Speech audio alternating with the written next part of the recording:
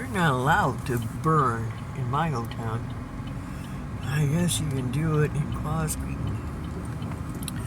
So, and right by the side of the road. Wow. I used to rake into the yard on a windy day, because then you're not responsible for where it goes. I'm leaving my leaves where they are. Thinking they're really good mulchers, and so they can break down on your yard.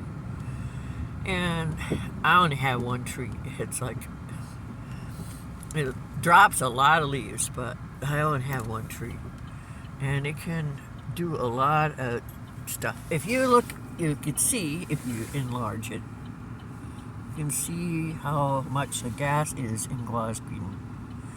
And Casey's in Independence is $3.19, and in Owine it is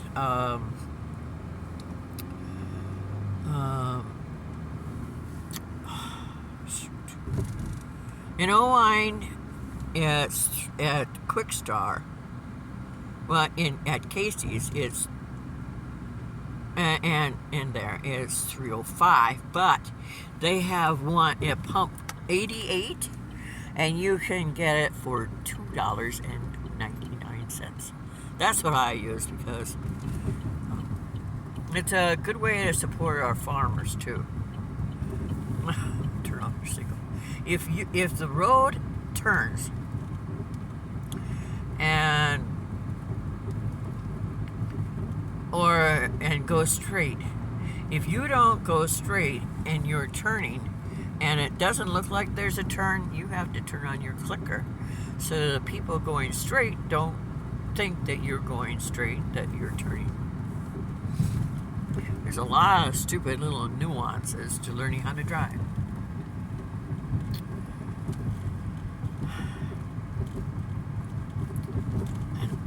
It used to be, when I was in school, it wasn't an elective to learn how to drive.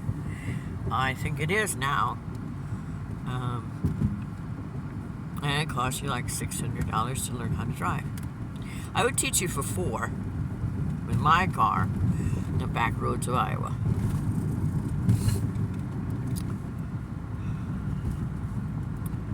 $400 cash would help my bank account and my living style and a whole bunch of things. And it teach you how to drive. I've taught other people how to drive. It's not like, I'm 65 and I've never taught anybody how to drive. And would you rather be an educated driver than someone out on the road that doesn't know anything and just hit or miss succeeding in survival? This is called the diagonal. I don't know why it's not diagonal. Diagonal, it goes kitty corner. Vocabulary is as important as learning how to drive. You don't know the road, the spelling. The spelling is not one of my great successful stories, but vocabulary is. And when you use intelligent sounding words, people are going to pay attention to you more than if you just go through life not knowing different words like nuances. A nuance is something that other people don't know. Vernacular is your language and what you're speaking.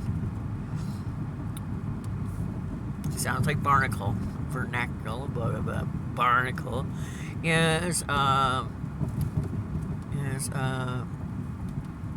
water creature that sticks to the bottom of your boat. And if you don't scrape them off, you don't have clean, clear sailing. I hate that. So does Penny when they have fake deer up by the road. I was coming off 20 and going home down the hill, which is the straight road, on Monday night. And I was just driving along, paying no attention to anything, evidently.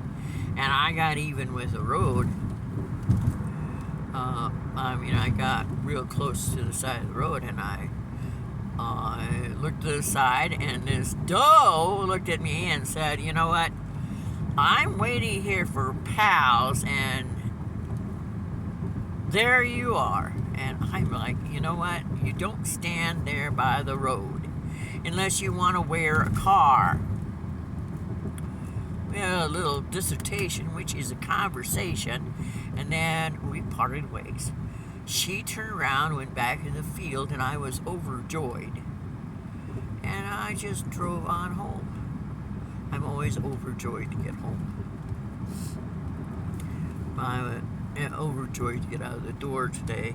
I knew that someone had laid a nail into my leg, and I had blood trickling down my leg.